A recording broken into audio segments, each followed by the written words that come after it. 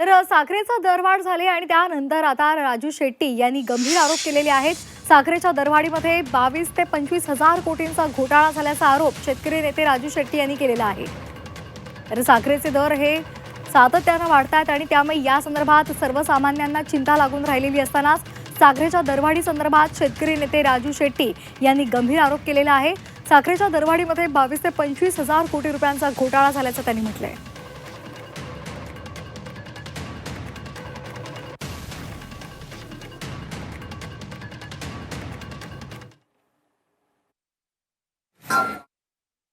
या सगळ्या ज्या करामती ज्या भानगडी या लोकांनी केलेल्या आहेत त्यामुळं जवळपास 22 ते 25 हजार कोटी रुपयाचा घोटाळा त्याच्यामध्ये झालेला आहे।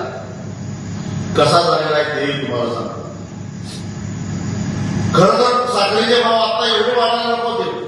साखरेचे भाव वाढायला पाहिजे असं म्हणणारा माणूस मी आहे, पण हे जे वाढलेलं आहे याला वाढलेल्या साखरेच्या भावाचा आम्हाला फायदा होणार नाही। फारसा थोडा होईल, तोही महाराष्ट्रातल्या शेतकऱ्यांना, कारण आधुनिक महाराष्ट्रामध्ये साखर शिल्लक जास्त आहे।